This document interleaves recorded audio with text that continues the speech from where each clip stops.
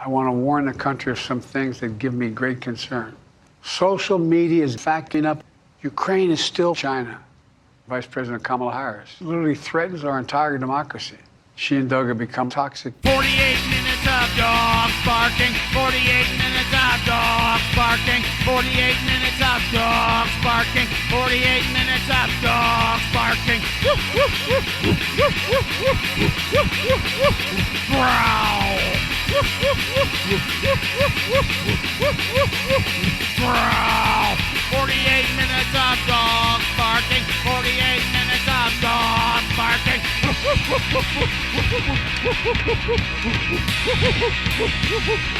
My premise itches. Oh, my penis horts. Yeah. Grimes. Grimes. My penis hurts. My penis horts. All right. Well, welcome to the show. It's 48 Minutes of Dogs Barking. My name's Jason. This is Brian. You want to do a shot? Oh, sure. Yeah, let's do it. You got your fireball. I got the bird dog. Bird dog. Bird dog. Bird dog. I did photo work for a band that had a bass player who was a weird little Hoosier guy from Columbia, and he named his dog Bird Dog. Hell yeah. And I heard a story one time about how he was on mushrooms at band practice, and he was looking for his dog. He's going, Bird Dog! Bird Dog! And there's always this corn-fed. He was a nice fella, but he was definitely a corn-fed mid-Missouri boy. Yeah. But just the idea of him on shrooms is going, Bird Dog! Bird dog. Bird Dog! Bird dog. All right. Well, All right. This one's for you, sir. Here This we is go. one. This is for. This is I got for, I got the fireball too, which is the real That is the real. That is the gentleman's Hoosier shooter. ass bullshit. Yeah. Here we go. Little airport bottles. I had to go back for the second gulp. That's how you know. Yeah, because if you're drinking Fireball, like in modesty or moderation. Neither one. Yeah. Not a problem. So Bird Dog whiskey, I think is fine, dandy. The Yeah. flavored stuff, I'm not so sure about. Really? Not a fan of the peanut butter, huh? As far as like peanut butter flavored whiskey goes, it's pretty good. Yeah. But also tastes like cheap candy peanut butter. Like if you got like the poor kids Reese's. The off-brand, yeah. Yeah. Like I could see in a certain mixed drink that'd be fine. But Oh, sure. we've got the salted caramel at the house, and Oh, well. it's okay. Yeah. Did you do this? Have you done the salted caramel yet? I have, yeah. Yeah. 48 minutes of talking about alcoholism. Yeah. You think it's cool to have alcoholism, Ray? Someone asked me at work yesterday if I drink, and I said not since lunch. And I said, "Why?" I'm like, "Come on, man, you're working in a warehouse."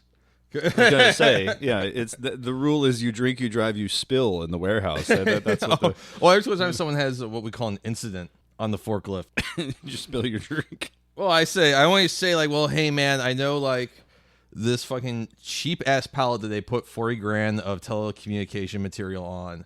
Like they didn't even use the right length of nails when they built it. Right. I understand you're gonna have to go talk to our safety guy, and it's gonna be a whole bullshit. And you're gonna have to be on level 1 speed for 30 days, which is also bullshit. But hey man, at least you didn't spill your drink. That's true. That's my little bedside manner joke. Well, you didn't spill your drink. Your rum and coke's still good to go, Chief. Like so, while we're waiting for safety to show up, why don't you polish that off? Yeah, the Stanley Cup full of just Jack and Coke. Yeah. Thankfully, I don't work in that kind of warehouse, but I have worked in a sort of warehouse where there were people that would show up not with a Stanley Cup, but with a big gulp, like a styrofoam one. Sure. Whoo, boy, when they would get on a forklift, you'd be scarce. I'm gonna be over there now. Yeah. Oh, absolutely. I gotta get out of here. I've had a few times where working overnights and working in IT, there have been people who, when we were still in the office, they would come in 10 p.m. starting their shift, and I could smell it on them. Like, God damn, brother. Oh, I work with guys who tell me stories about how they would see night shift come in, and those guys would be tossing their empties in the trash can outside the door. You know, I'm tired at that point. I'm just gonna go to bed. So I don't know how they're doing it staying up. I just, you know, this is a whole level of degeneracy I have not reached in my life, where it's like I'm going to the bar before work. Yeah, that sounds like really cool to do when you're like 21 and you got like your first tattoo of like a Chinese character. Right. Yeah. You don't realize it, but it says like pork bun instead of whatever you think it's. Sweaty mom. A moist woman. Moist woman. I think we had to get a little. Oh yeah, juice in because this. I came into a conclusion today. You know, Donald Trump is president again. My president is black. Okay. That was supposed to get some sort of weird chuckle from you. That I was waiting for a follow up. I didn't know. Well, so I was it. I think because we think about the first time on this ride, the amount of resistance and so on, the pushback that this isn't us.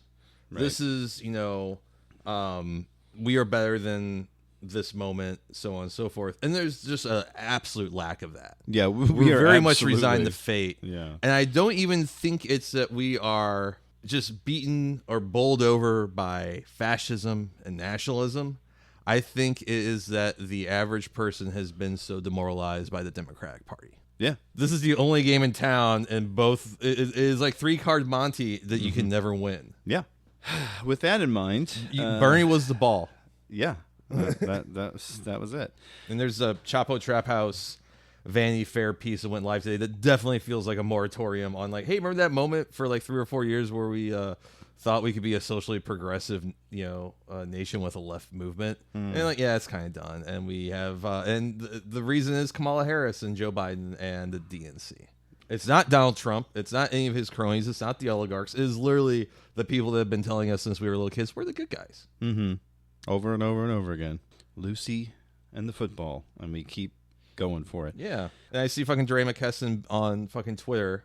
A guy who's never going to be anything more now, I think, in the history books than someone that's going to be remembered as a useful idiot for entities like the DNC to pacify and defang any progressive notion that was coming out of things like Ferguson and Baltimore. Saying, I see a lot of people on the internet that told people not to vote to Kamala being really upset about Trump. I try to be Starkey, but, I wonder why that, what's up with that? And it's dude, because I think Amber Lee Frost called her the Xanax MILF. Yes, we could have had the Xanax MILF, but she could not distance herself enough from the policies of Joe Biden, and she was weird. Coconut pilled was a real fucking doomer ass expression and notion if we really want to get down to it. Donald Trump said he was going to make eggs cheaper. I hate this. I know. I mean, what was Kamala's platform? Who knows? We're being told we have this weird existential idea of what a better world could be, or I could make you fuck better. Mm-hmm. And people are like, wait a second, I can fuck better? I mean, I already fuck pretty good, but but I can fuck a little bit. It's like the Squidbillies joke about. I ain't saying it's gonna make your pecker any bigger, but I ain't saying that ain't. We are living in a country full of Dan Halens. I think is really what's happening. So Dr. Horny. Fly into a beverage. Yeah. That's where we're at. That's where we're at as a society. It only gets stupider from here. Dennis! I raised him from a cub!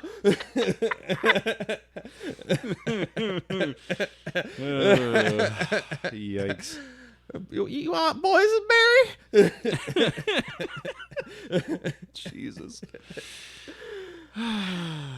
So one of our oligarch friends, I know, I'm trying, man, I'm trying. One of our oligarch friends in big quotes there, Elon Musk, gave himself a nice little Nazi salute the other day. The only real press coverage of it was maybe he was being autistic. Not to go tell you to listen to another podcast, but Citations Needed did a very great, what they call news brief this week about that. Basically, that the establishment media needs to keep their access and curry favor with our new overlords. Mm-hmm. So they're going to tell you, don't believe what your eyes are telling you. But Wired, it's a Nazi salute. Yeah, I was with one of my my paramours, my quote unquote blunt rotation, looking at Pierre Marquette, looking at bald eagles, and looking over this beautiful winter snowscape and all that. And I had checked my phone for the first time in 40 minutes. And I was like, "Hey, Elon Musk, Nazi salute." And that was it. And she was like, "What?" And I showed it to her, and she's like, "Oh my God, I know. What the fuck's going on?" Yeah, and it's only been 3 days since this happened. So the only real group to get this right was Wired. David Gilbert writing the article. Obviously, David Gilbert not doing the headline. The headline: Neo-Nazis love the Nazi-like salutes Elon Musk made at Trump's inauguration. Simple, punchy, easy. That's how fucking easy it is, folks. And a lot of people, were like, "Oh, give him the benefit of the doubt. He's autistic. He's sending his heart out." Whatever dumb shit they used to defend him. So someone made a good point. I wish I could remember what account it was on Twitter, but they made the argument, which was, if it was not intended to be a Nazi salute and it was just him being overwhelmed with emotion and so on and so forth, he'd be like, oh no, he would be on social media being like, hey, I am deeply sorry. That I understand what it looks like, but that was not what I was expressing. Putting distance, being like, hey, I just was caught up in the moment, and that was not. I understand it looks like a Nazi salute, but that was just me being full of, I was spurging out. Yeah, well, and Laura Ingraham did that same thing at one of the RNC stops. At the RNC, she put the armor from her and then rotated to like the side. And which is insane. And then, but then later said, "Well, no, that's not what it was," and tried to like walk back and equivocate and all that. Elon Musk did not do that. No, he doubled down. You've got this tweet here, which yeah, you read this because don't say Hess to Nazi accusations. Some people will global anything down. Stop groining your enemies. His pronouns would have been he, Himmler. Bet you did not see that coming, which I believe is a season 1 Family Guy joke. Yeah. At best. At best. Well, of course, the cry laughing emoji, that's his personal favorite. He loves to pull that one out whenever he's very I'm not clearly, mad. Yeah, he's very, very clearly not corn cobbing. The blood in his mouth is actually victory wine, actually. So, so our good friend of the show, Brendel, the cry laughing emoji means it's funny so you can laugh at it, sort of like the laugh track on The Big Bang Theory, a show that is also very smart and about geniuses. Jesus Christ. Our oligarchs are completely fucking losing the plot and their minds. I didn't really watch the inauguration, obviously, because I was out with a girl. And I was hitting sliz, you know. I was getting some slit. No, we had like a really nice day date because per her profession, she had Monday off, so we had a nice little day date, and we went to like Old Bakery in Alton, Illinois, which has really great food and really great beer. Had a couple of really nice, tasty beverages, and kind of doom scrolled for a little bit when we got there. Just like, this is really upsetting. Like all the stuff that he's repealing and all of the it's the Gulf of America. Which I'm sorry, Gulf of America does not slap. No. Gulf of Mexico sounds enticing. What's going on there? Yeah, that's right. What's going on? Like I like Mexico. I like Mexican food. Yeah, Gulf of America. I mean, technically Mexico is part of America. It'd be better if it was the Gulf of the United States. It's like also the language of the anti-trans executive order, which technically means we're all female. We're all female, yeah, apparently. So one of our many... Brian Johnson, the singer from AC/DC. That's right. Who made who? This guy, apparently. He's got a clone out there in Provo, Utah. No, so he unfortunately shares the same birthday with me, which really upsets me. But he's also only 4 years older than me, but he's also doing psycho shit. You're familiar with? He's the anti-aging He's guy. definitely a guy that jacks off jellyfish style. I don't even know what that means, but I'm just gonna go ahead and roll with it. Yeah, like this. Oh, okay. Over the glands. Yeah, yeah. I okay. mean, which is not incorrect. It's valid, sure, but I mean, but what the fuck you doing? Like that's some shit. If they caught you doing it at summer camp, you'd never live that down. Well, I mean, he grew up in Utah, so he had to be doing it jellyfish style. Exactly through the magic underwear. It's kind of a given. The elder taught him how to do that between illegally laundering guns, so they could buy a fake piece of Mormon memorabilia. Oh God, that's like my favorite. My favorite story is always like this big Mormon scandal to buy some shit that was fake that ended up like getting people killed and firebombed, and it was like over some shit that was like dipped in tea water. Yeah. So Brian Johnson is only 4 years older than me. He does have a son who is 19. Now he, for some reason, posted this on Twitter, Brian_Johnson. Nighttime erection data from my 19-year-old son. And then he tags him at Talmadge Johnson and me.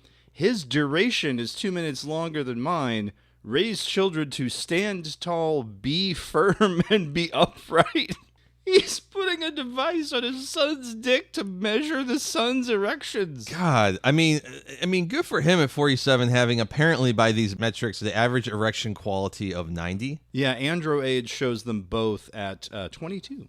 So his son's aging rapidly. Yeah. His boners. He has the boner of a 22-year-old. The andro age says 22. His son's 19. He better start blood boying. There's time. Tuttlage. Tuttle. Yeah. And so this was brought to us courtesy of @Krang on Blue Sky, America's Lounge Singer, of course. But then Krang figured out what the device was that they were using, and apparently it's called Atom Health. It's an atom sensor. It bills itself as the world's first and only Looks like a chiclet. nighttime erection monitoring Can I read this copy? device. Yeah, please. The Atom Sensor is a compact device designed for comfortable wear during sleep. It tracks nighttime erections by monitoring changes in penile size throughout the night. As your penis becomes erect, it increases in size. The Atom Sensor detects these size changes. Ladies and gentlemen, Mr. Good Pussy. yeah. And so it does. Jesus, it looks So like this is the it device. looks like something that comes out of an industrial freezer. Yeah, it's like it's like that random piece that you find when you're like putting together a sofa. You're like, Oh what the yeah, hell you're is like, the this? fuck is this? For the rest of your days, you're gonna be like, I hope this is not the thing that keeps my sofa from falling apart randomly. Exactly. Yeah. You're just, what the fuck is this? And then yeah, @Kate B-Sky Social. Imagine getting an F in erection quality from your robot cock ring. @Cult Papa responding, sorry guys, I can't come out and play. I flunked boners. God, oh geez, we should use the Patreon money to get me one of these because my dick doesn't work. It'd be really. I want to get FN boners. Okay, let's do it. How much is the Atom? You know what? Let's look it up. 149 pounds. Let's do the math here. It's like 200 something. Yeah, it's about 184 US dollars. That's before shipping. So That's not too bad to know if I got a good dick or not. yeah. And in the grand scheme of things, people go their whole entire life and not knowing if they got good dick or not. I know this one's a little weird. It's a little inside baseball, but I was witness to one of the weirdest hydrogen bomb versus the dread pitcher. a little different. Hydrogen bomb versus coughing baby, more like. So so this all started. It was like, don't you look away, for this moment. And someone quote tweeted that with like, this kind of sucks, and the world is a piece of shit, and fuck you. And this guy, Cat Whispered, who has since deactivated, responded to a mutual of ours, Kalen B. Some of you may know him from being the owner of the beautiful boy, Cowboy the dog. Fantastic beast. Fantastic dog. Love Cowboy. But, hey, Kalen, go fuck yourself until you pass out, you unemployed bitch. I'm coming to Santa Monica, and I cannot wait to meet you in person just south of the 10. I am eager. Are we clear? You want my phone number? You want to get real? You unemployed bitch. Twice he calls him an unemployed bitch in Last this time one I checked, he worked at like the Maple Story developers or something weird. Kalen's not unemployed. Let's start there. He does not know how to iron the shirt. But that's neither here nor there. Cat Whispered continued this harassment. Why you hiding, bitch? Put your name out there. It's literally my user handle, Caleb responds. What do you think your anger is going to accomplish in your best case scenario? Cat Whispered responding, not sure, but I'd be happy to apply a brick with force to your face. Is that clear? What has to happen, Kalen asks. You're so tough. You're the keyboard warrior. Cowboy seems young and cute. This is all very clear to me. I'll see you soon. User just kind of jumps in. Rouse Aldolazol. Love it. The dog is cute, Kalen. Do you understand? It's all so clear to me now, you cute dog having shit. You could probably rub his belly and tell him he's a good boy. Do you fucking hear me?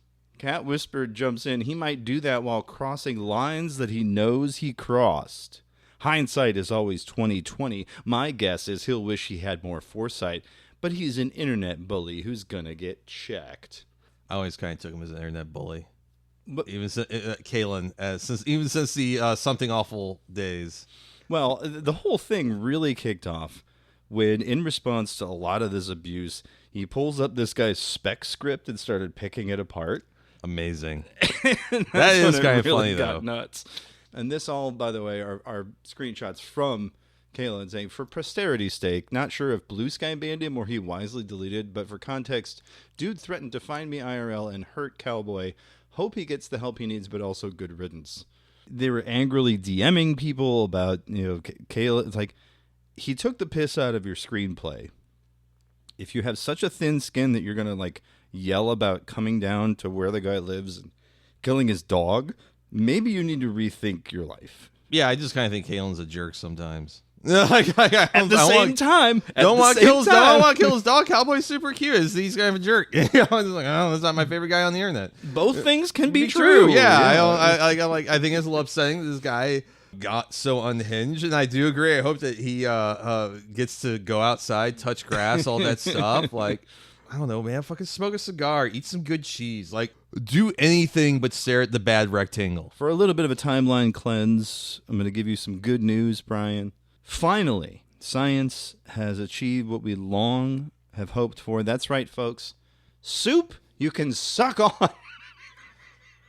Courtesy of General Mills and Progresso. That's right. It is Progresso chicken noodle soup like you've never experienced. A convenient on-the-go soup experience available this National Soup Month. The byline, Minneapolis, Minnesota. Enjoy soup like never before. Progresso, your go-to for comforting premium soups, is innovating beyond expectations this cold and flu season with the launch of our first ever limited edition Soup Drops. What is Soup Drops? It is a soup you can suck on. That's right. It is a hard candy flavored like Progresso chicken noodle soup. I don't know whether this is the best thing or the worst thing, and I kind of want one, and I realize this. A savory cough drop. A savory cough drop. At the same time, I'm like, yes, this is marketing. Yes, this is whatever. It's science gone mad. I don't know. Has science gone too far? Yes, no? Yeah. You think so? Savory cough drop. What do you think? I think if it were kind of like a soup cough drop, yeah, I could fuck with that concept. Yeah. This just seems like soup in like a lozenge form. Yeah. I'm kind of torn. Like, I kind of see the appeal. Well, I mean, it's chicken stock, right, and a little bit of the flavoring. Obviously, it's not going to have any actual like noodles in it, but it's just going to be like flavored. I don't know. I'm kind of curious. A package is only $2.49. That's reasonably priced. No, with $1 for shipping. Yep. Mm-hmm. Yeah, and I mean, get so many times we talk about limited edition food things here, and it's like, oh, they only sent them to like 1,000 influencers and shit like that, and you're like, fuck that. It's okay, cool. If I want to buy one, it's the Heinz Everything bottle. Oh, that which thing, should be in every store for sure. Give me my slop. The last one I was able to actually like get was the Coca-Cola did a soda that was supposed to taste like Cyber or whatever it was. It's like oh, I thought you were going to talk about the Coke Zero Oreo. I got that one too. Yeah, I've done all those. Did you try the actual Oreos? They're supposed to taste like Coca-Cola. Yeah, it was fine. That's okay. Yeah. I didn't hate it. Yeah, I liked the soda better than I liked the Oreo. Didn't try the soda. The soda seemed like a little too much. The Peeps flavored Pepsi was another one where I was like, make it a diet maybe, and I'll enjoy it. It's too much sugar. But yeah, the Coca-Cola Cyber was the last one I actually got, and I got one for my uncle who's like collects Coca-Cola shit. And I was like, here, this is something you don't have.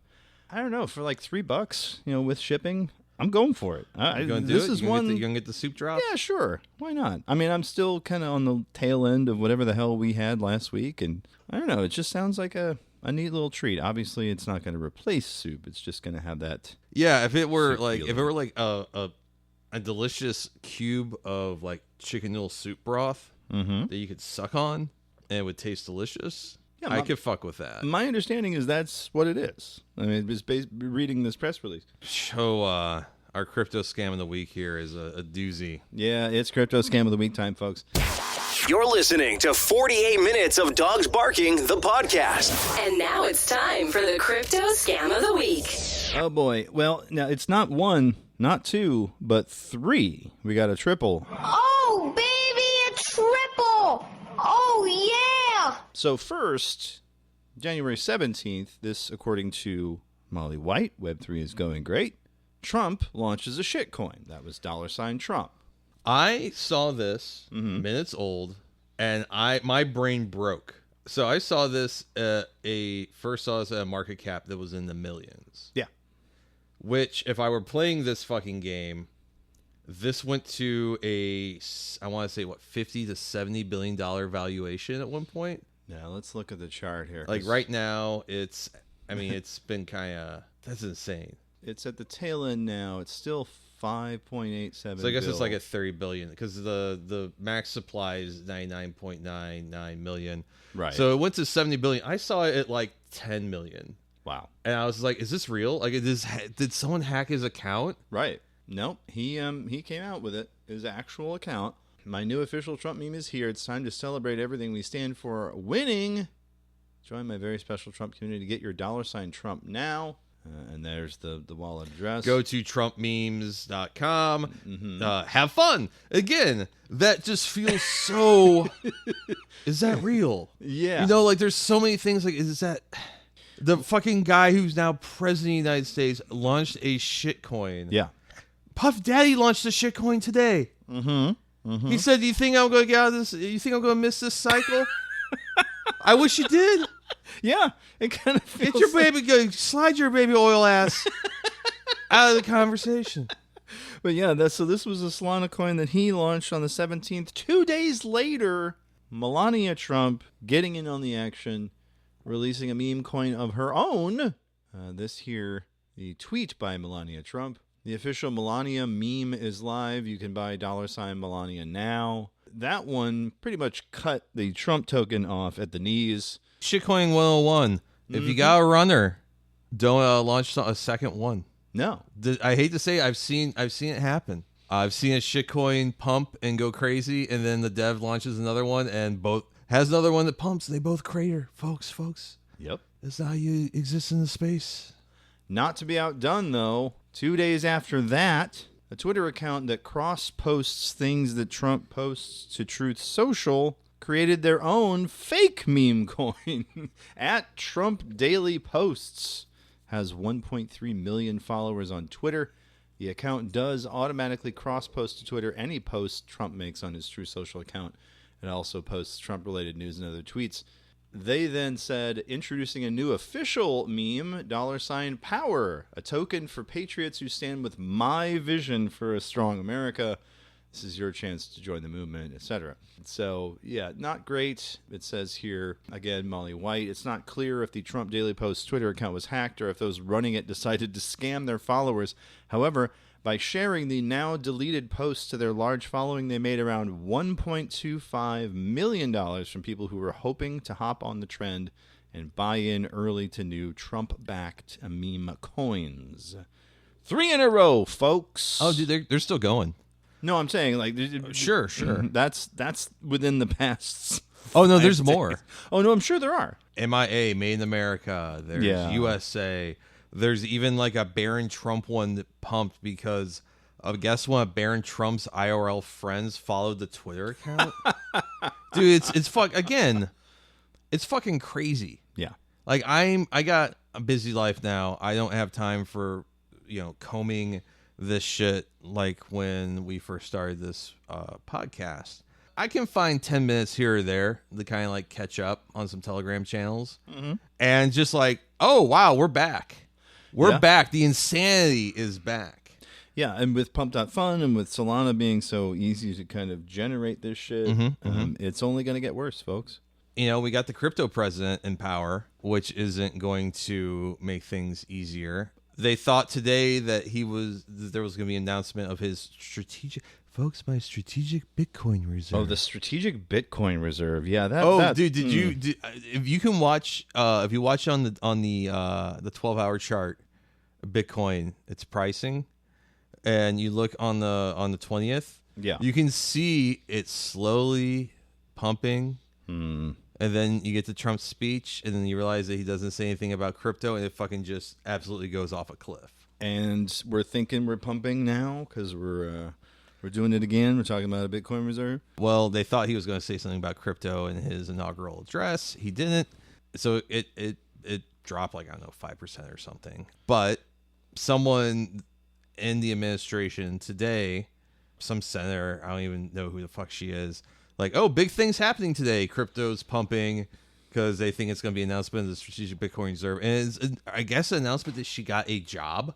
There's going to be an announcement at 10 a.m. Eastern time. And like everyone's like freaking out. People are doing the whole It's like happening. Yeah, no, people are like, and there's like people on crypto Twitter being like, hey, remember to take profits. You know, like that kind of shit. Like, yeah. I'm like, I'm at work. I'm like, what the fuck is going on? And I'm able on a break to like kind of put it together. I'm like, oh, some broad got a job. Crypto will pump and crash over anything. Yeah. It's such a volatile scene. I think we're only at the very beginning of where people are going to completely fuck up their lives of this cycle. Yeah, and we're just getting started, folks. Yeah, we got a whole entire year. Just like how it was in 21. It seems to be the first year of a new presidential term. It seems to be where shit goes really weird for the economy, and particularly in crypto. I think the new Bored Ape Yacht Club has not been born yet, but is incubating in someone's head. And it's going to cause so much destruction and weirdness in this world. And it'll, of course, get its Rolling Stone cover. Of course, yes, absolutely. Well, someone who never will get a Rolling Stone cover is the creator of this webcomic. Yes, 2 webcomics in a row, Brian. Yes, last week we picked an edgelord comic that didn't make you laugh. And, No? And this week, we picked an edgelord comic that might actually get genuine laughter from you for its absurdity and vulgarity. Or it will get you banned from the internet in several countries, much like the website was. That's right, folks. It is electric re. Now, I'm going to beep this every time I say it, so this episode is going to be filled with that sort of thing. I may also alternate with R word. It depends on how I feel. Electric rectangle. There you go. Electric rectum. There we go. I don't know which one's worse. So...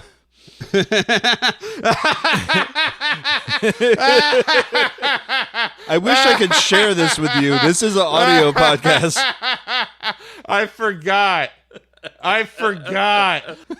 was just asking me what we gonna do. So I don't know, electric, and I was just pulling it out of my ass. I forgot this is what the homepage looked like. Oh, there's two banners. One on the right is a racist one towards Asian people, and the one on the left is you have one clown AIDS. And click to get them. Amazing. And then also on the top left, they had to add this after about a couple years into the webcomic. There, banned in Germany with a swastika, and then on the right side is Hitler pointing at you, the viewer. Ich wünsche Sie to support the site.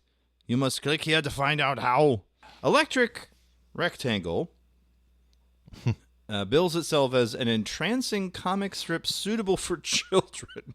Which, by the way, it absolutely is not, just in case you were wondering. If you didn't get that from the clown AIDS or the band in Germany, no, it's absolutely not for children, human beings, or really life. Now, what's super interesting about this is that most places have scrubbed this website from existence, and rightfully so. It is not a thing that should exist. I don't know about that. I think there are certain comics that shouldn't exist. Oh, man. Okay, I feel some friction here. No, well, hold on. Now, there's a limit. I have a hard limit, okay? I think this goes right up to it and crosses No, it. this crosses every fucking line I have. I hate this comic with every fiber of my being, and I want this person found and punished. The creator of the webcomic known as Electric R Word is Eric Vaughn. Now, Eric Vaughn has a whole backstory that we'll get into later. We'll start with what the comic Chris says. Chan of Australia. Sure, why not? I don't know. It's really hard to find information on him after a certain point on the web. So, I wonder why. Yeah, I'm starting to wonder why. So, again, I think he was removed from society. it kind of feels that way. Yeah. So, Electric R Word is an entrancing comic strip suitable for children set in the atypical American suburb of Sunny Hills in the town of Oak Creek, Wisconsin. Electric R Word depicts the perfectly ordinary lives of freedom-loving Americans and their journeys to find wealth, love, and happiness. Now, that is from the official About page. Under characters, Mr. Brown is the beloved mayor of Oak Creek with a cheerful disposition and a big smile. He's dedicated to making his town a clean, safe environment. The next character, Giant Naked Hitler, is the local horrifying monster and tourist attraction. His inability to find love causes him to become very upset and go on rampages. The third character, Shitman, suffered irreversible brain damage from cancer treatment. He now harbors an unhealthy obsession with his feces and their applications. The next character here, Mr. Rogers, is the lesser-known evil twin brother of another Mr. Rogers. Like his late sibling, he too aspires to have his own TV show, although the content differs. The worst of the bunch, Rape Face, is a serial-killing Nazi pedophile escaped from prison. He constantly seeks sexual arousal via mutilation of children. The history of the website is listed. I heard the Adult Swim didn't pick up the pilot. I don't know why. They put Assy McGee on. Anyway, Electric R-Word has been drawn in MS Paint by a guy named Eric since early 2007. For some reason, a lot of people do not like Electric R-Word, including the governments of Germany, Australia, and China. About 5 web hosts, Oak Creek High School, Eric's parents, and just about half of the entire internet. Electric R-Word has been subjected to countless DDoS attacks, hacking attempts, and death threats, kicked off 7 hosts, banned in Germany, and lots of other bad stuff. Attempting to remove Electric R-Word from the internet is futile, so stop trying already, you assholes. And then it gives the artist's bio. Eric is an underground video game maker, radio show host, husband. How? Okay. Unabashed misanthropist and self-described internet terrorist. He is also known as Sigvatir. That will come up later. Remember that. Eric, a.k.a. Sigvatir, has the temerity to publish probably the worst comics in existence. Now listen, I like edgy humor as much as the next guy. The most recent one before this website was taken down, and this is the one where the actual archive ends, is comic number 43 titled Zombies. Guy walks down the street, sees a bunch of guys, thinks they're zombies. Matrix style, the two pistols. You got out. the Dutch angle here on this frame. You're blowing the brains out of these people. Yep. And he's very, very glad. And then the last frame is he's shocked to find out he was opening fire outside a methadone clinic. Not a lot of laughs there. Let's go further back into the archives. The first comic. Jesus Christ. The first comic Electric R-Word put out. Number 1, Traumatized Children. You see here a Nazi soldier standing next to a Nazi flag, and there are apparently a pile of dead bodies, assuming that they're mass Jews. grave here. Yeah, a mass grave of some sort. A big crane picks up a bunch of the bodies and sprinkles them all over the Sunny Hills Center for Traumatized Children. That's the first comic, Brian. Okay? I mean, this is already better than Penny Arcade. How to cook steak. How to cook steak. So you've got a generic I know where this one a wife standing there watching the husband eat a steak, children off to the side. He's very unhappy based on the facial expression of the steak. Yells with a mouth full of it, "You cooked it wrong again! I'm sick of your shit, you fucking whore," he says as he stabs the steak knife in the eye. The children screaming, "No, Dad, no. You're the worst family a man could ever have." He turns on the children. "I'll show you how to make steak, you cunt." He cuts the boy's penis off, fries it in a pan, and then jacks off on it. Oven master. The oven master jacks off on the mutilated boy's penis in the pan, and eats the freshly prepared boy penis, while his dead family are hanging from nooses in the background. That is how to cook a steak. That's how to cook a steak. That's an interesting Chris Benoit tribute. You didn't tap out. Daniel, why didn't you tap out? Let's go Menards. Yeah, sure. A homeless fellow seeing an angel on one shoulder, devil on the other. The devil saying, "You must buy a chainsaw and cut off your head." And the angel says, "You must cut off your head." And so he walks to the Menards. In the Menards, asking the guy, "Hey, I need to buy a chainsaw." The Menards employee instead gets an erection so big it punctures through the man's eye. And that's the end of the comic. That's Menards, Brian. Okay? That's how it feels like shopping at Menards. Let's try Poopsicle. Here we go. Poopsicle opens with a naked man, very hairy, shitting on a plate. He then puts the plate in the freezer next to the ice cream sandwiches, of course. A clock showing you the time. He then takes the Poopsicle out of the freezer, naked still, runs out of his home, again, naked, sees a man on the street, stabs him with it, and then fucks the man in the stab wound. That is Poopsicle. That's the comic Poopsicle. Let's go a little further. Really, Paralympics. Paralympics, sure, Brian. Let's go Paralympics. Let's Paralympic shooting. Paralympics. Okay, there it is. All right.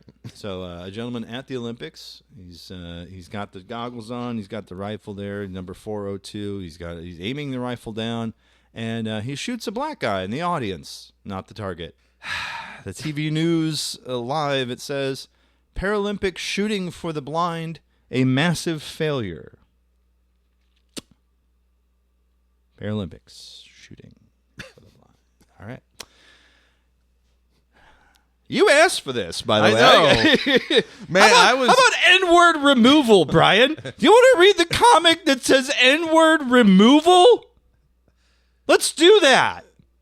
Here's a black guy trying to break into a car with a coat hanger. He gets into the car. There's a white guy in the back seat. What's going to happen? The white guy pulls out a gun. He blows the black guy's brains out all over the car. He leaves a card that says Brown Company Vehicle Security, invoice $100 for N-word removal, smiley face. The next day, a guy gets to the car and picks up the card. That's the end of the comic for N-word removal. Okay? Yeah, I don't really like that one. These are the fucking jokes, folks. These are the fucking jokes. Here's another race one, KFC and watermelon. Yeah. There's a black guy walking down the street, blue hoodie. He happens upon, in an alley, a slice of watermelon and a bucket of KFC. What's going to happen in this comic, Brian? He goes to pick it up. Oh, and then we see him through the scope of a sniper rifle. The gentleman on the roof, dressed in a black tank top, fires with an op, yeah, blowing the black man's head clean off. He then turns around. There's a cop behind him, paying him money for doing the sniping. Oh, this is social commentary. Let's go to Sandbox, Brian. This one's... Mm-hmm. Yeah. Oh, no. I read all of these. Young girl playing in a sandbox. Here comes a guy, naked, probably the same Poopsicle guy. I think it's a Poopsicle guy. I think there's some continuity here. Screaming, carrying an axe. He takes the young girl's pants off, takes the axe to her vagina, shits into the axe wound, fucks it. That's the comic, Brian. Electric R word, folks. Yeah. Here's the last one I'm going to read for you. Here it is, number 23, braces. Establishing shot, dentist's office. Dentist speaking to a young woman. All right, little girl, you ready to get braces? She goes, yep. He turns up the nitrous oxide, takes her panties off, Brian. He fills a gas can and puts a hose to her vagina. He fills till her belly swells up, sets a lighter in front of her vagina, opens the door, tells the mom, your daughter's braces are finished, climbs on a desk, jumps on the girl, expelling the gasoline from the young woman's vagina onto the mom's face in a ball of flame. That's braces, right? Electric everybody. Yeah, upsetting. Okay? Yeah. It's upsetting. When I think of this comic, I think of the Poopsicle one. Mm-hmm. Don't really think about things like this one, because they are really vulgar and upsetting. The Poopsicle one seems like anything your shitty weird friend would have drawn in high school. Sure. This is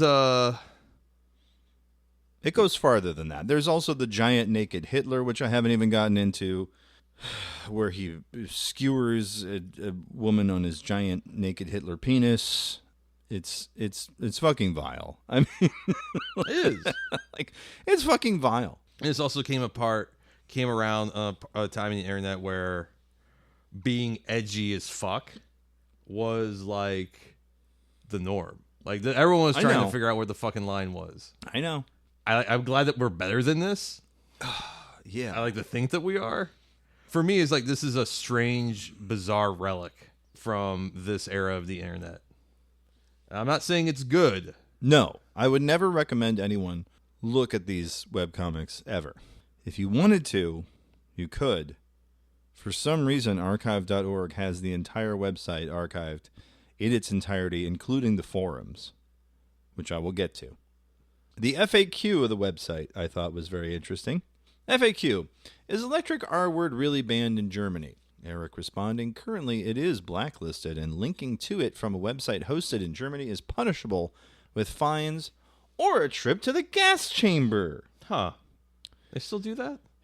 Where did the name electric R-word come from? It was a scrapped name for my friend Mark and I's Hitler worship band. We ended up calling ourselves the Mexican Wheelie Bin Rapists. Ironically, Mark now lives in Germany. How do you make them? MS Paint and a cheap mouse. You're a liar. It looks like Photoshop to me, buddy. The site graphics are not comics. F-slur. How often do new comics come out?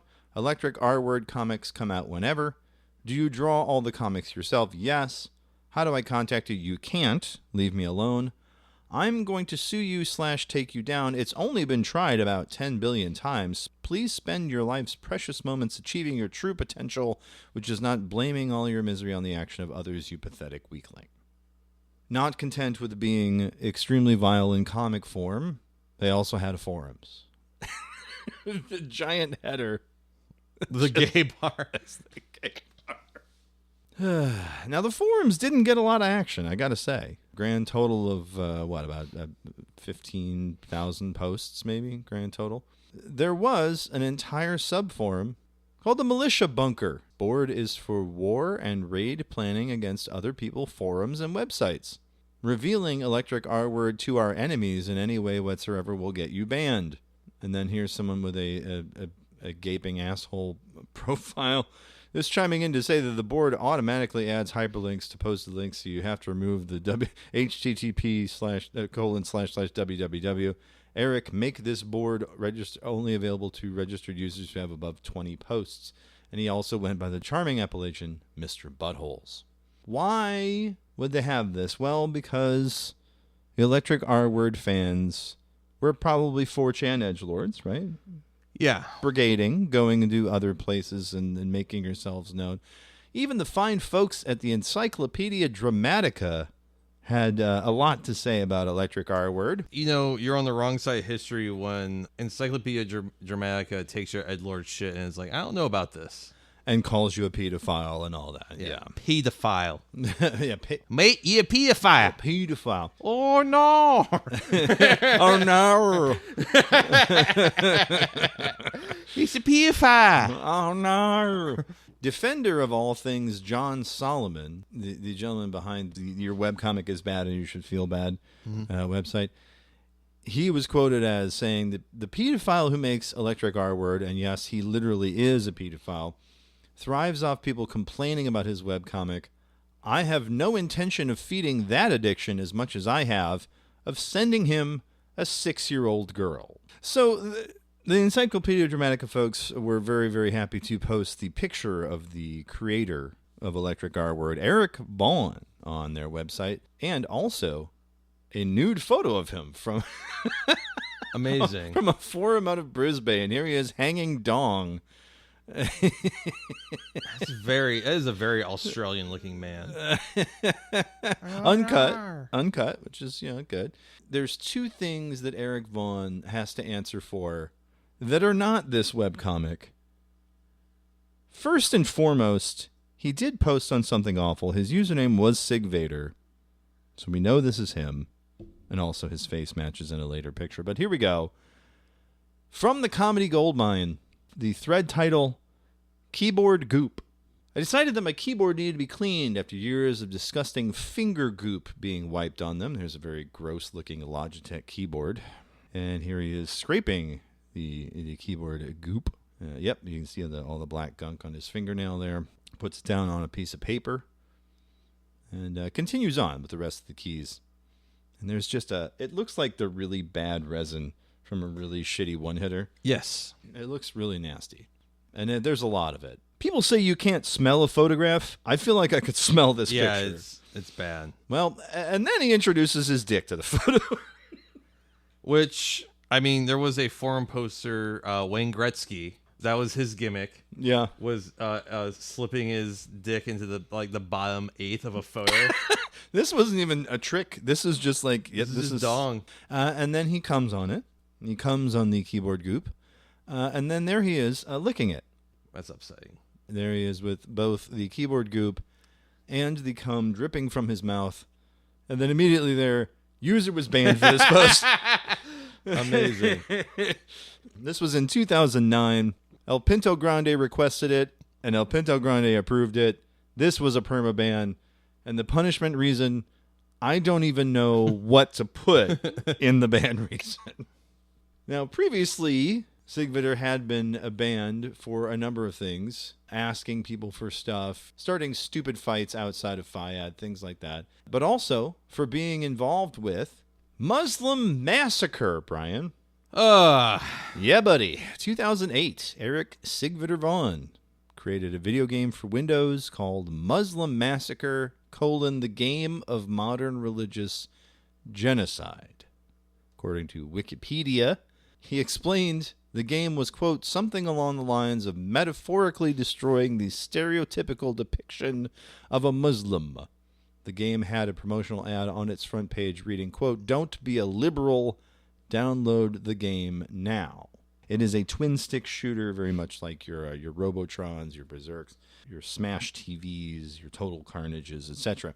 So players control an American soldier armed with a pistol, parachuting into the Middle East, your very standard Ikari warriors or your Metal Slug type of situation. The player must kill every character on screen. Some Muslims are dressed as civilians, others depicted as stereotypical terrorists wearing a suicide vest, etc. PC World compared it to the Atari game Berserk, commenting that without any meaning to it, it's a parody that feels, quote, utterly devoid of anything remotely Swiftian and which viewed at the mechanical level as pretty weak, monotonous sauce. He noted that opposed to banning it, people who don't like it should boycott it, while parents should supervise what their children play. In an article for Kotaku, Michael McWeeder called it a straightforward shooter, calling its visual style well crafted.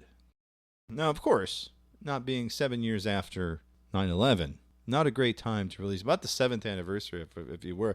Yeah, September 10th, 2008. Michael McWhirter writing this for Kotaku. This is not good. You kill hundreds of faceless men and women, some with suicide vests, some unarmed, as you work your way up to bosses like Osama bin Laden and ultimately Allah himself. It's unwaveringly offensive by design, he says. Now, of course, maybe 4 days later, Eric Vaughn then came out with an apology. And his apology reads like this. I would like to make a public apology for any offense I might have caused through releasing the game, and to Muslims in particular. My intentions when releasing this project were to mock the foreign policy of the United States and the commonly held belief in the United States that Muslims are a hostile people to be held with suspicion. I would like to make it clear that I have never shared such a belief, and my intention was to mock those who actually do believe these things. It quickly became obvious to me that releasing this game did not achieve its intended effect, and instead only caused hurt to hospitable, innocent people. I believe removing this game and website will do much more to attain my desired effect than leaving it on the internet, so I am doing just that. I would like to ask for the forgiveness of Muslims around the world, and to make it clear that I did not release this game with ill intent. So without further ado, I would like to say that I am truly apologetic for what I have done, and will take full responsibility for all offense that has been caused. I can only hope that any further misgivings can be laid to rest. Sincerely, Sigvidir. In retrospect, as a game player, designer, and as a person with an admittedly bizarre sense of humor, I believe this game's messages could only be interpreted as it was intended by dedicated gamers and people who share my tendency to find humor where you would least expect it. I at no point stated my intentions for the game either personally or in the game itself. Yeah. Blah, blah, blah, blah, blah, blah. I feel dirty. Yeah. I'm going to have to shower when I get home. Mm-hmm. You had no idea what you were doing. I just remember Poopsicle and a couple Right. other comics that are just really absurd and vulgar, and forgot about the stuff that was much more darker and definitely line crossing. Yeah. And it's like things like Style Project and Rotten and a couple other things we've talked about on this podcast. Right. Find that line and maybe cross it a little bit, but don't go so far. I think when most people talk about this webcomic, it's really it is like how fucking wild that this was a thing. Yeah. And that it was such a relic of its time, a time when the internet was like... Oh, you can do that? But should you? Should you? No. I mean, Yes. I'm going to say unequivocally no. I will gladly sit through another 90-minute puke fetish video before I will look at another comic about Mecha Hitler, raping someone. Right. So it's one of those things where, it's not just tasteless. It crosses several lines at once where I'm like, this is no longer funny. And that's just me. I have a limit, and this fucking comic crossed it for me. Yeah. I will take 1,000 fucking shredded mooses over this. Okay, you gotta understand that. That's how vile I felt like this was. It's pretty. Yeah, it's definitely something that, again, I remembered it for a couple comics. I remember being fucking, and then revisiting it with here. I'm like, oh yeah, there was a bunch of shit here that was also just too much. I'm not even mad at you. I'm mad at him. Oh, yeah. For doing this. I want more poop. I want more poopsicle. I want less weird child rape shit. Which unfortunately is the majority of it. A lot of it, yeah. I'm a big defender of obviously humor that doesn't pull any punches. Absolutely, sure. But this doesn't have any depth to it. No. There's no. What's the joke? What's the joke? Why is that funny that you go to get braces and then someone fills your vagina with gasoline? What's funny there? I don't know. I sure as shit don't know. It seems weird to want to try to transition to shock.jpg after this. Yeah, we already picked... I know. But I found one that is kind of... At least it's funny. Okay. At least we can do something that's funny. And we covered You're the Man Now, Dog. Didn't he get arrested? A lot of that stuff has been kind of lost to time. I've been searching all week, incognito, thank God, for what the fuck happened to this guy. The last I saw was he had all that shit with the Muslim Massacre video game. He got banned from something awful for jacking off on keyboard crud and then eating it. And that's the last I've seen of him. I haven't seen his name come up in credits for any video games he's been working on, but apparently that was an interest, obviously, because of the Muslim Massacre and a couple other things he was working on. Since about 2008, 2009, the trail goes cold. I've been looking, which is unfortunate because, again, my sanity is trying to find this fella.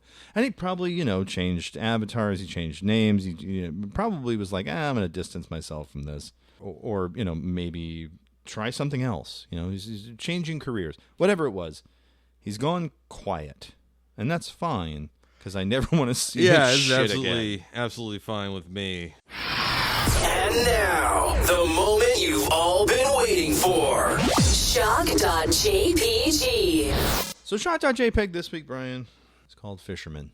And it is a You're the Man Now Dog page. We've covered You're the Man Now Dog here on the show before. But for those of you who maybe missed that episode, You're the Man Now Dog was a website where you'd get a GIF and a little bit of looping music and your own little URL. And this one was fisherman.ytmnd.com. And it's still up, by the way.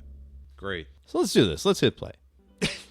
So there is the image for Fisherman. It is a gentleman laying on his side. It's like two bass. Very hairy guy, completely naked, with, two bass in his asshole. It's the beautiful piano music.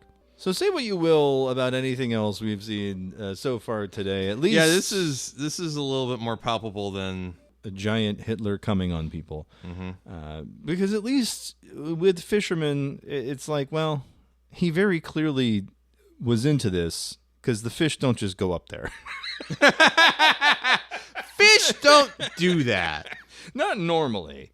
I got to imagine that was like two guys are out on a fishing boat and they're. I bet I can put this fish in my ass. Well, yeah. Well, I bet you can't put two in there. Jesus Christ. Hopefully the fish, were already dead, which is kind of a weird thing to say. I know, but it's a weird fucking day. I don't know. I can't get my mind around it. So that was Shocked on JPEG. That was Fisherman. It was a very quick and easy one. The beautiful piano music really sold it for me, and also just like, yeah, two fish in the ass. Why not? After all this, sure, let's do it. It's time for your mom's favorite part of the show. It's time for the breath mint. Well, I guess that means it's time for the breath mint. It does. It does. What does that mean for you, Brian? Well, folks, David Lynch died. He did indeed. Yeah, that was our. He didn't get to see Donald Trump's second term. Good for him. Yeah. Neither did Carter. No, that's true. Yeah, neither did Jimmy And Carter. I think Carter said, like, I'm peacing out. I think he even Fuck, said, I ain't going to make it. I'm coming, Martha. Yeah. Yeah, David Lynch. I did just this past Friday. We put out the Mind Zone, and my Mind Zone was about David Lynch. My Mind Zone was about my favorite David Lynch film, which is Lost Highway, which I did watch after his passing, and really soaked in the dark American Gothic neo-noir beauty of it all. Funny, because that's why I watched. You did? I don't know about that one. No? I needed more connective tissue. You mean between Fred and the mechanic character? Yes. There's a reason why they need to be switching places, kind of thing? Mm-hmm. Okay. I also have not gone out and like read any interpretations of the. You don't need to. What you bring to the film is what you take away from it. That's his whole deal. If you feel like there was something missing, then in my mind there might have been. I think it's a movie about being unsatisfied. Mm-hmm. And the havoc that comes with wanting. Yeah, there's definitely that. There's that bit where Patricia Arquette's character, whose name escapes me right now, but after she's finished seducing the guy, goes, "You will never have me," and then disappears from the story. Yeah. Right? And it's wanting, longing, right? It's about that desire for the thing that you can't have. Fred, the jazz musician, can't have mystery in his life because he's stable. He's got this and that. So he kind of becomes this other person because that's what's missing, is mystery and excitement, right? And he gets it, but in probably the worst way. Yeah. And I think like the Robert Loggia character and even the Richard Pryor characters are just kind of vestiges of that Fred persona. Like his better angels. Kind of, yeah. Yeah. I could see that. It's really sad that was the last Richard Pryor film performance. It is. It is very sad. There are definitely parts of it I really liked. And maybe I need to watch it a second time. Was that your first time seeing it? Yeah. And Okay. This is weird because I've been basically being told I need to see that movie for, almost 20-something years. Yeah. I think that might be the first David Lynch film I've actually watched. Really? Besides Dune. Okay. Like, I've seen parts of his other films, but I think that's the first one I've actually watched, like, front to back. I thought the soundtrack was interesting. I thought there was a lot of interesting directorial choices. I also, like, little things, I'm sure this is on purpose, but, like, why does Fred's house feel like a really, like, unsettling dentist office? Yeah, I think that's on purpose. Yeah. Sure. Yeah, you're meant to kind of have that dream logic of this is a place that's not a place. Mm-hmm. And when he has the party, right, and Robert Blake's character tells him, I'm in your house. Probably the most unsettling 3 minutes that David Lynch has ever filmed, and it's just two guys talking. Yeah. But there's also just, stuff happens in the film, and you're like, oh, all right, I guess that's a thing. Because it opens with, he gets, somebody knocks at his door and says, Dick Laurent is dead. Who the fuck is that? What does that mean? And that kind of spirals off the whole thing. And you find out that it's like a loop. Right. Yeah, that I think is the big reason to revisit the movie, because it is a loop, right? The film starts where it ends. and the only difference is that the characters have gone through some stuff, and you as the audience are kind of seeing the loop close. That is where I really started paying attention to Trent Reznor as someone who's putting together music, right? Because he did the whole soundtrack. He got a bunch of bands to donate songs, basically. Marilyn Manson, Apple Sodom, which is a song that most people forget they even did. I by Smashing Pumpkins. I think there's some Bowie in there. There's at the time Bowie's album Outside hadn't come out yet, and so it was a track from a soon to be released Bowie album Outside. I'm Deranged Parts 1 and 2. Anyway, gorgeous music, and of course Angelo Badalamenti doing some great scoring work on that. The unreleased Nine Inch Nails song Perfect Drug, which was a huge hit from that. I think the only other movie that I'd seen with Trent Reznor doing the soundtrack before that was Natural Born Killers, but a lot of that was like, well, how much of this is doing these needle drops and all this stuff, and versus like trying to actually set a mood, and then you see Lost Highway. Oh, okay, well, he's going for a whole vibe. He's creating it out of music, and then eventually I think that really led him into doing him and Atticus Ross doing actual scores. Yeah, it's interesting to see the genesis of that almost like 20 years before he really started sinking his teeth into it. I think it's a movie worth watching. Yeah, for sure. And like I said, there's definitely stuff that's going to stick with you, and there's stuff that's really interesting. And I do think there is, like I said, commentary on like wanting and desire and being unsatisfied. I think there's also commentary about like suburban. I mean, all this stuff I think hits on some level like a commentary on suburban white bread life. Not even strictly suburban, but just like middle class or upper middle class ennui. This kind of feeling of like, is this all there is? And Fred, the Bill Pullman character, I think he does a great job. Bill Pullman. No, I think he's a standout. And honestly, when the movie shifts into Balthazar Getty zone, I'm like, I kind of miss Bill. Where's Bill? Where's Poochie? Yeah, I know.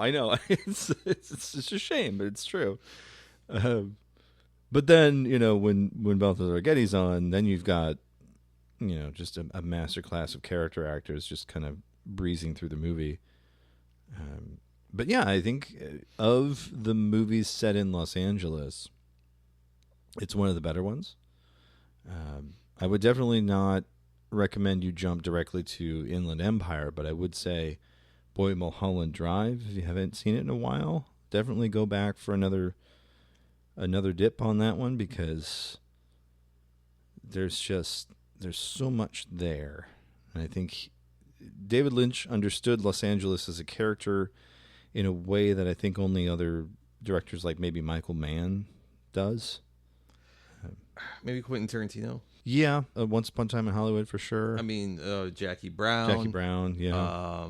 Pulp Fiction.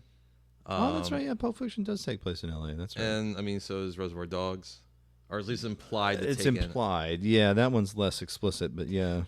But that part of California is a character.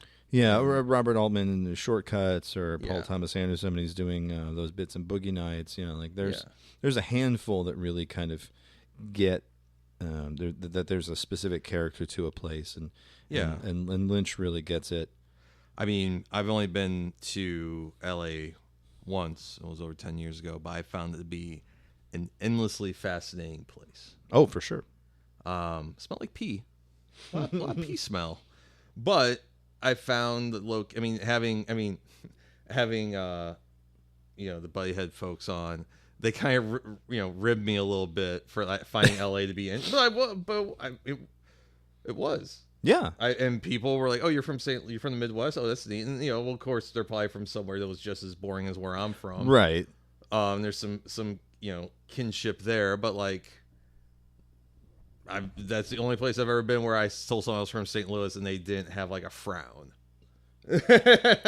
Well, and not to give too much away, but in Mulholland Drive, the character that Naomi Watts plays is kind of a Midwestern girl come out to the Hollywood to make good, right? Well, she's not an American actress. Right. And so There's this great, like, there's 5 layers of abstraction between reality and this character that she's playing, but she's also playing it with such a straight-faced earnestness that you just can't help but, like, feel for her, because, like, yeah, this is how it is in LA, I guess. I'll be honest with you. I always liked David Lynch as a creative person. I always liked what he had to say about life and experiencing it and being creative. I can't always say that I loved his output the same. Oh, sure. I feel like it's the same way I feel about Steve Vai. Sure. Like when I read interviews with Steve Vai where he talks about the creative process, where he talks about music or talking about playing guitar or talking about musical equipment or just anything about everything he does, but the noises he makes with the guitar, I find to be like worth his time, worth my time, I should say. Yeah, sure. Like I'll get like a YouTube recommend, like an interview with Steve Vai about, what it was like recording with such and such. I'm like, yeah, I'll watch this 5-minute interview. Oh, that was a cool, like, because unlike a lot of other guitar virtuosos, like he isn't really up his own ass. Like you would think. He's very, like, a lot more down to earth, and I think a little bit more understanding of the crazy shit he's gotten to do. Right. Whereas people like Slash seem to not necessarily understand, like, their significance in a way that's illuminating or interesting. Yeah. And Steve Vai is aware of that, and he has some humility towards it. That definitely is that tracks. Yeah, I can certainly understand that because I've been inundated with Steve Vai stuff since I was in high school, and every friend of mine who played guitar was always trying to get me to, like, yeah, listen to the Steve Vai. I'm like, yeah, but I'd rather hear him, like, talk about philosophy instead. I'd rather hear him talk about. He's he's like an actually interesting person to, like, interview and, like, listen to. Yeah, he seems like a real down to earth kind of fellow. For being, like, and he fucking played with Zappa. Right. Like, which is still a weird thing to comprehend that he, like, worked with Zappa. But that list is very long of people that worked with Zappa, though. I mean, that includes the friggin' Smothers Brothers. So I mean, like, you but it's like a thing. Like, yeah, he, like, and is reverential to his time with Zappa and that period of his life as a musician. Whereas, like, someone like Slash is like, oh, it was a cool thing I did. Yeah, very nonplussed about the whole deal. Yeah. I'm not interested in people who do extraordinary things that don't understand that they're extra or don't have the right reverence towards, like, oh wow, that was a point in time that can never be revisited. Yeah, and I was a part of it, and wow, we did something cool. But when it comes to Lynch, I always like his stuff about transcendental meditation. His bits about creativity. I got a great book of his called Catching the Big Fish. I've heard that's a great book. Fantastic. It's a slim little volume. You can kind of keep it in your bathroom for reference because, it's he didn't write a lot, but what he wrote was pretty profound. He talks about when he was doing, I think he was in the middle of doing Dune, and Stanley Kubrick calls him up, come over to the house. Yeah, sure, it's Stanley Kubrick. You're not going to say no to Stanley Kubrick. Right. And Stanley tells him that Eraserhead's his favorite movie. Now that had to be pretty fucking humbling. Right. As a young artist, this is maybe your second feature you're working on, and someone said the first thing that was a big name thing that you did is their favorite film. It's like, and this is Stanley Kubrick we're talking about. And he said, no, I've screened it at my home for every guest who comes through here, and this was, it had to have been a reel to reel, like he had to have like 35 print or something like that. And he's set up in his home, and that's a pretty amazing story. Speaking of, a tour film, I had the chance of seeing a little comedy from the Spanish part of the world made in the late 80s called Women on the Verge of a Nervous Breakdown. Oh my gosh, I still have not seen this yet. Well, how was it? It was fantastic. I went with a member of the Blunt Rotation. Yeah. I always trust her taste in movies. Like, okay, it's like Antonio Banderas' first big Oh, okay. I believe it's his first big role. It's the one that broke him out, and the director, who name escapes me at this moment, is also going to do a bunch of stuff. Really cool, important shit. And we're at the High Point, which is kind of St. Louis's last like art housey theater, and that's Pedro Almodovar. that was actually my first time at the High Point. Oh, okay. I was a Tivoli guy. Oh yeah, sure. But the High Point is, in case people don't know, kind of like the last art house theater in St. Louis, because the Tivoli is now owned by like a really nasty Christian church, which is so bizarre and unfortunate on so many fucking levels. Very nasty. Very nasty. Very nasty. Very rude. Folks, they're not doing the Rocky Horror Picture Show anymore. They're not showing Perfect Blue at midnight. God, I actually did see Perfect Blue at midnight screening at the Tivoli. Fuck, that was amazing. Anyways, it reminded me of all of the old theaters in North County that my mom would take me to as a kid. Oh, like the Dollar Theater out like there? The Dollar, there was one in Village Square. Yep. There was the one across Keys. Yep. These just older theaters. I mean, the closest thing besides the Tivoli that's left is probably St. Andrews out in St. Charles off of 70. I mean, we don't have the Moolah anymore. But I just really loved the aesthetic. And one of the guys that was working was like, oh, yes, I've got this. I've seen it. It's a beautiful print. Oh. And like, it's a 35 millimeter print. How beautiful can it be? And it has that 35 millimeter crunch to the image. Yeah. And the fucking audio is tinny and kind of shitty. And I'm like, this is such a great experience. Yeah, because it's very pure. It's very pure. It's imperfect.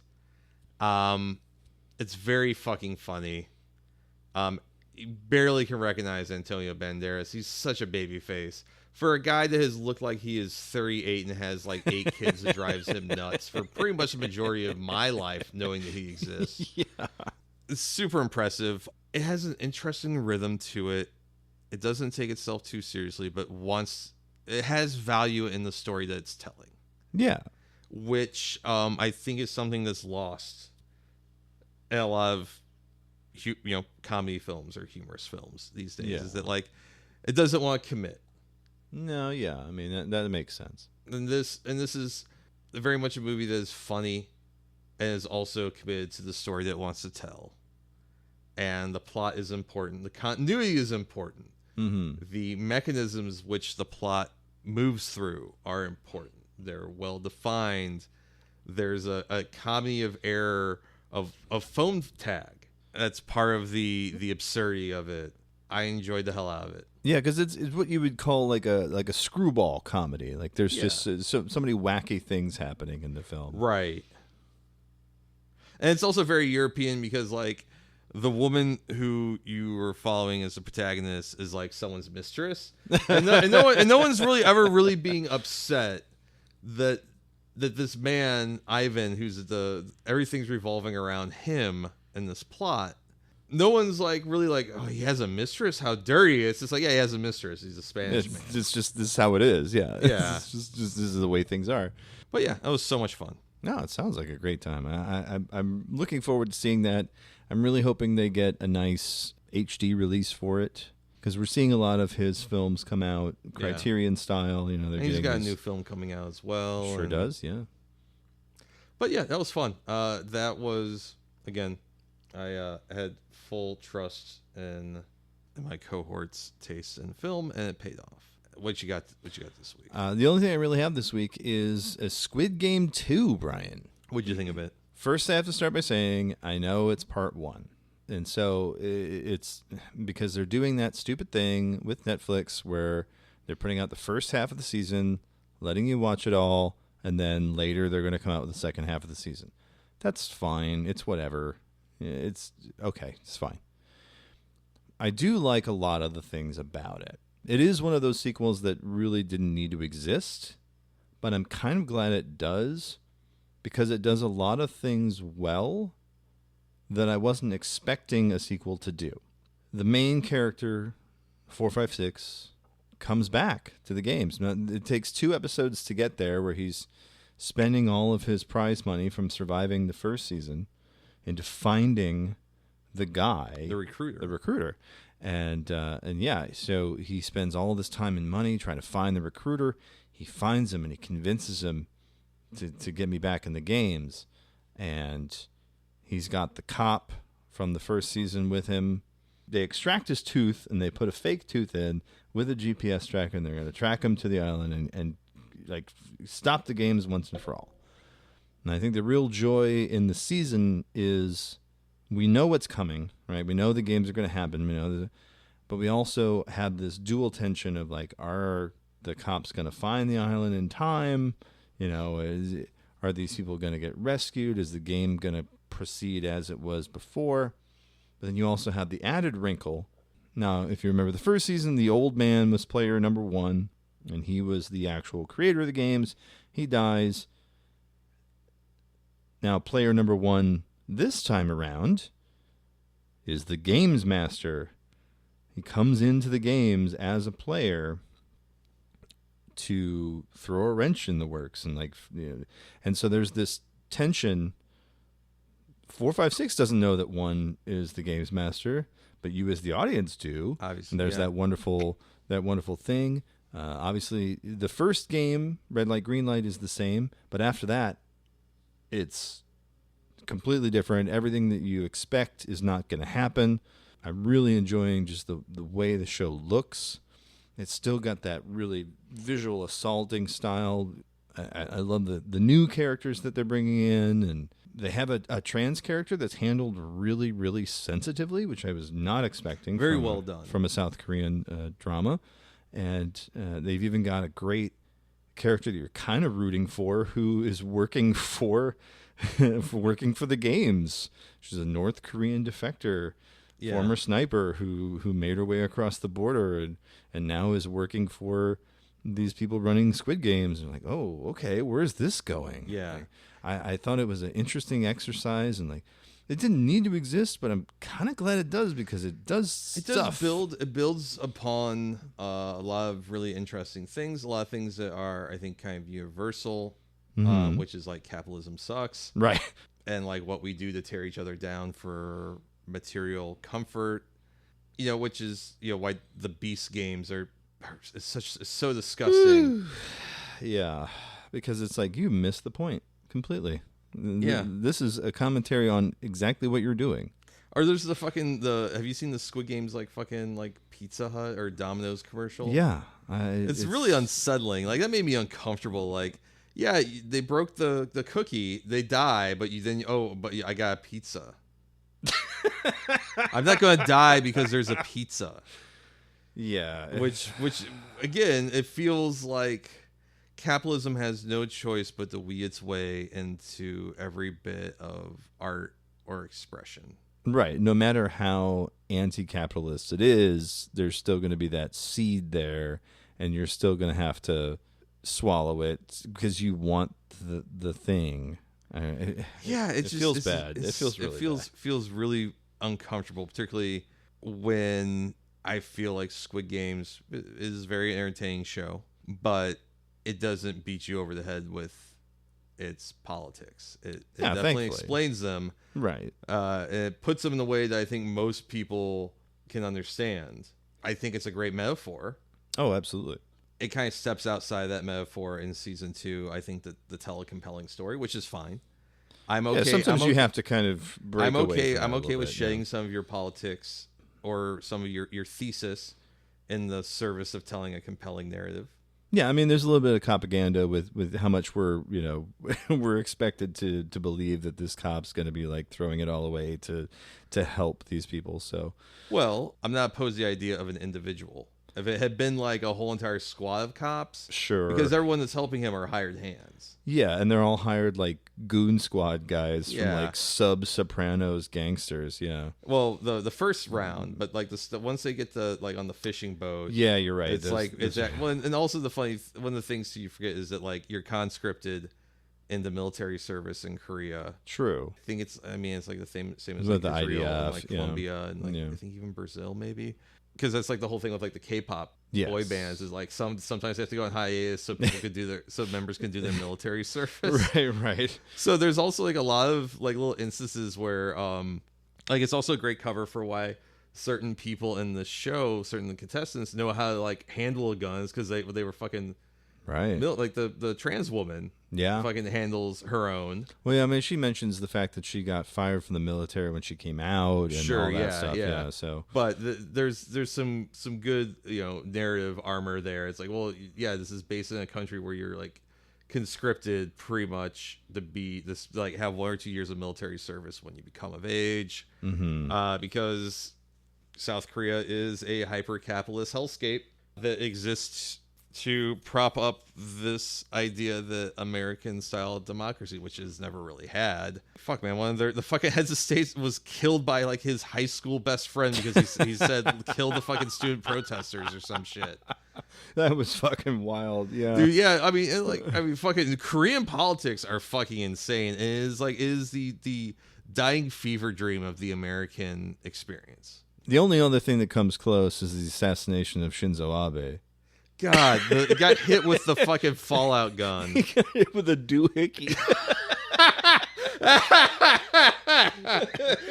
I'm not gonna lie. There was a good couple weeks of podcasts after that happened that people just riff it. Oh, and, like, well, yeah. Even podcasts that were not funny. Because he got hit with the doohickey, the atomic toaster. Yeah. Just my man's got fallen by a fucking something that shot Lego bricks. Like, yeah, just you get murked by some random piece of equipment. Just completely ridiculous. and everyone thought that, like, well, he was murked because his great-grandfather or his grandfather was like the insane fascist that the Americans put in power after World War II. Nope. All of the other insane Japanese fascists were kind of like, hey, not that guy. That guy's a little much. Like, the other crazy Japanese fascists. Maybe tone it down a little bit. Yeah, they're like, hey, not that guy. That guy, listen, he's fun at parties. He's fun at parties, man, but working with him, not so cool. Not no. the guy. Yeah. Like, hey, you know what? He can do he can set up the 5Ks. We don't want that guy. Like, that's how fucking crazy this dude was. So that's why people are like, oh, he's the grandson of the crazy. Right. Because, like, Shinzo Abe was also, like, the guy that brought all of these terrible milquetoast neoliberal policies to Japan. Yeah. There's a lot of reasons why someone would hit him with the doohickey. And it turned out the reason was a very good reason. Yeah. His hobnobbing with the Moonies. Yep. And that's a whole other fucking subject. Jesus. But it was like, a lot of people are kind of walking away like, this might be the one political assassination of our time that people are kind of like, no harm, no foul. Yeah, a lot of shrugs. It checks out. We're good. There's a million reasons people want him dead, and anyone's as good as the other. Yeah, it's just like, I kind of see that happening. Yeah, he kind of walked into it. Yeah, and apparently, where he was murked, there's just like a shitty little garden. Yep. There's like a little shitty memorial garden that's like maybe a couple yards wide. So amazing. You were the head of fucking state. He left the game because he had poo-poo problems. He had IBS. I forgot about that. But he came back. He's like, I'm better at shitting. He's like Boris Johnson. I fixed my shit problem. I fixed my shit problem. The guy got fucking hit with the doohickey. Oh, God. Yeah. Anyways. I think that's about it. I think we're going to tell you where to find us online. Brian, where can people tell you how to construct your very own doohickey? Gosh. You can find me on Twitter at iShockEDBoard. ISHOTGUIDBORD. You can also find me on other social media platforms, including Blue Sky and Instagram at a music photographer.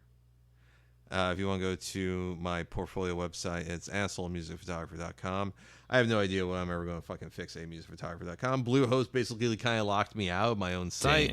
Damn. I do not have the time or patience to deal with tech support. Maybe I'll do that this weekend. Who fucking knows? Maybe I will eat an edible, and watch movies. Hell yeah. Who fucking knows? Who fucking cares? Let's go. Let's fucking go. Where else can they find you on the web there? Oh, you can go over to theartsstl.com, the last and only good music media website left in St. Louis. Still posted some end of year stuff. My Suki Waterhouse photos, all 5 of them that her people approved. Still kind of pissed about that. Yeah. There's stuff on there that I was going to put in my portfolio. No. That I like so much. And I mean, that's the same thing when I shot 9 Inch Nails. Yeah. Okay, you approved every photo I hate. Of course. That's how it goes. Yeah. Yeah. And there's some other photographers in St. Louis who I will not name who said, fuck that, I'm just going to post whatever. And I'm like, cool. Like, that's ballsy, baby. It is ballsy. Well, I mean, fuck, man. I can't. I get punished for trying. I know. So it's like, I'm like, man. You're the one that always gets caught, I think, is the real. I'm the one that always gets fucking cinched up. And as far as I know, this one individual has not gotten any static from the venue. Scot-free, yeah. Yeah, but if I had done that, they'd been held to pay. Instant, yeah. Yeah, anyways. I mean, good on them. Like, their fucking foes rule. Oh, sure. My foes were awesome. You just won't ever see them. Same thing with my 9 Inch Nails foes. Yeah. Which never got fucking public. Per my release, can't legally show them to anyone. But anyways, I feel weird saying I did it. Yeah. It's like saying I didn't flush a toilet. Right. And just owning up walked to away. it. Yeah, just. Yeah, that was me, man. That was me. Yeah, I don't really have a lot coming up. I got added to the guest list for Jory Greep. Nice. This Saturday. All right. Taicho Sunday, which will be cool. I like weird ambient music. Get Up Kids Thursday. Oh, yeah. Might be photographing Billy Gibbons. I think St. Louis is going to have another good year in music. Some heaters coming up. March, April. April especially, yeah. April, we got fucking Soul Coffee. Soul Tons Coffee. of shit. Tons of shit in April. April's We got slapping, Smoking slapping Popes hard. in February. We got We got fucking Smoking Popes in late February. Yeah. It's some bangers. It's going to be another good year for music. And we in got St. Louis. Weird Owl about September-ish. Yeah, just a lot of good stuff being announced. I've heard some rumblings about some other things that may happen. It's going to be a good year. It's going to be a good year. Jason, where can they find you? Oh, they can find me any place there's a video crime. Chances are that's me. VIDEOCRIME. We're talking Blue Sky, we're talking Letterboxd, or wherever else you think there's a video crime. 9 times out of 10, that's me. You can also find me as part of a podcast that's not this one, submitted for the approval of the Midnight Pals. That's the one where I play a fictionalized version of Stephen King. Season 1, Episode 1 is out now. It's called The Tale of the Hellraiser, and it's one of my favorites of the whole season. Definitely go check that out. That is midnight-pals.simplecast.com or anywhere podcasts are sold. Edgar Allan Poe finds the Hellraiser puzzle box, bricked up in his wall, opens it with the help of Stephen King, and Edgar Allan Poe gets dragged off to hell. And so the rest of the Midnight Pals have to go help free him. And our next one is also a banger, but you'll find that out next week when it comes out. You can contact this show in a number of ways. My personal favorite is the telephone, 314-246-9766. That's 314-AHOY POO, if you like to spell with your telephone. You can also shoot us an email, Jason at 8 minutesofdogsbarking.com. Or Brian with a Y at 8 minutesofdogsbarking.com. Shoot us an email. Let us know anything you want to see on the show. If you got ideas, suggestions, comments, complaints, ideas for the punishment tier, which I'll explain in a minute, do that thing. You can also support the show, patreon.com/48minutesofdogs. There you will find our exclusive content. Thanks, I Hate It, The Mind Zone, Garo Monster Home Delivery, a 90-minute commentary track as part of the punishment tier. The punishment. Yeah, we definitely punished ourselves. Well, we're working on something else spectacular for this year. We'll let you know when we have it, but we're going to get that going. We also have special announcements and things like that. They're only going to be there. Patreon.com/48minutesofdogs. Well, that about does it for the show. My name is Jason. This is Brian. As we always say at this time, namaste, good luck, give mommy a good gut, fucking 25th Amendment now. Who ate all the pussy? Have a good night, folks. Have a good night.